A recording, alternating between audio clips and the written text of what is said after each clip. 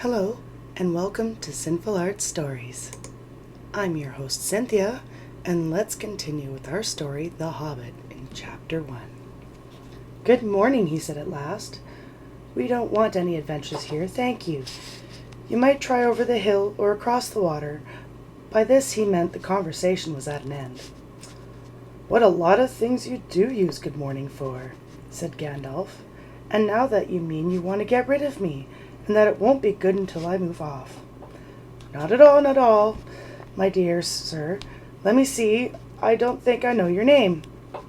Yes, my dear sir, and I do know your name, Mr. Bilbo Baggins, and you do know my name, though you don't remember that I belong to it. I am Gandalf. Gandalf means me. I think that I should have lived to be good morninged by a belladonna took son, as if I was selling buttons at the door. Gandalf! Good gracious me! Not the wandering wizard that gave old Took a pair of magic diamond studs that fastened themselves and never came undone until ordered? Not the fellow who used to tell such wonderful tales at parties about dragons and goblins and giants and the rescue of princesses and the unexpected luck of widows' sons? Not the man that used to make such particular excellent fireworks? I remember those. Old Took used to have them on Midsummer's Eve. Splendid! They used to go up like great lilies and snapdragons and ladybunums of fire, and hang in the twilight all evening. You will notice already that Mr. Baggins was not quite so prosy as you like to believe, although he was very fond of flowers. Dear me, he went on, not the Gandalf who was responsible for so many quiet lads and lasses going off into the blue for mad adventures, anything from climbing trees to visiting elves, or sailing in ships, sailing to other shores. Blessed me, life used to be used to upset things badly in these parts once upon a time. I beg your pardon, but I had no idea you were still in business." "Where else should I be?" said the wizard. "All the same, I am pleased to find you remembered something about me. You seem to remember my fireworks kindly, at any rate, and that's not without hope. Indeed, for old Grandfather Took's sake, and for the sake of poor Belladonna, I will give you what you ask for." "I beg your pardon, I haven't asked for anything." "Yes, you have, twice now. My pardon, I give it to you. In fact, I will go so far as to send you on this adventure. Very amusing for me, very good for you, and profitable too, very likely, if you ever get over it." "Sorry, I don't want any adventures, thank you. Not today. Good morning, but please come to tea any time you like. Why not tomorrow? Come tomorrow. Goodbye." With that, the hobbit turned and scuttled inside his round green door and shut it as quickly as he dared, not to seem rude. Wizards are, after all, wizards. "What on earth did I ask him for tea for?" he said to himself. As he went to the pantry, he had only just had breakfast, but he thought a cake or two and a drink of something would do him good after his fright. Gandalf, in the meantime, was still standing outside the door and laughing long but quietly. After a while he stepped up and with the spike of his staff scratched a queer sign on the hobbit's beautiful green front door. Then he strode away, just about the time when Bilbo was finishing his second cake and beginning to think that he had escaped his ventures very well. The next day he had almost forgotten about Gandalf. He did not remember things very well, unless he put them down on his engagement tablet, like this: Gandalf tea Wednesday. Yesterday he had been too flustered to do anything of this kind. Just before tea time there came a tremendous ring on the front doorbell, and then he remembered. He rushed and put on the kettle and put out another cup and saucer and an extra cake or two and ran to the door. "I am so sorry to keep you waiting," he was going to say, when he saw that it was not Gandalf at all. It was a dwarf with a blue beard tucked into a golden belt and very bright eyes under his dark green hood. As soon as the door was opened, he pushed inside, just as he had been expected. He hung his hooded cloak on the nearest peg, Dalwyn at your service, he said with a low bow. Bilbo Baggin at yours, said the hobbit, too surprised to ask any questions for the moment. When the silence that followed had become uncomfortable, he added, I am just about to take tea. Pray come and have some with me. A little stiff, perhaps, but he meant it kindly. And what would you do if an uninvited dwarf came and hung his things up on your hall without a word of explanation?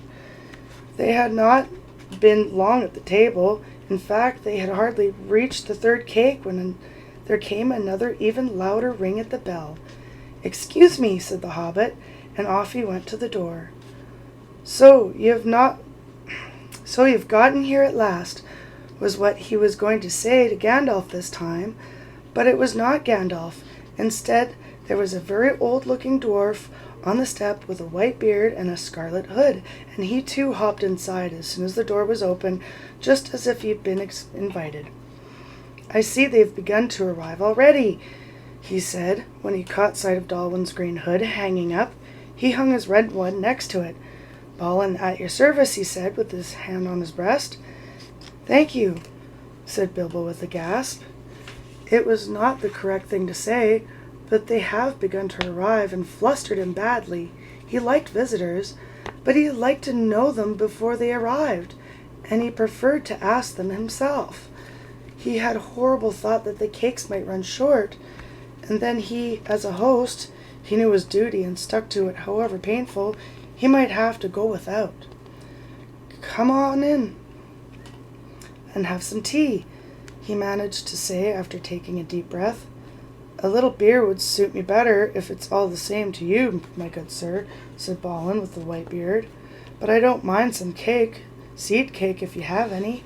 Lots, Bilbo found himself answering, to his own surprise, and he found himself scuttling off to the cellar to fill a pint of beer mug, and to the pantry to fetch 2 beautiful round seed cakes, which he had baked that afternoon for his after-supper morsel.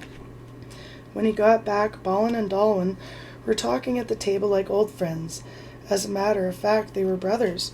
Bilbo plumped down the old beer and the cake in front of them when loud came a ring at the bell again, and then another ring.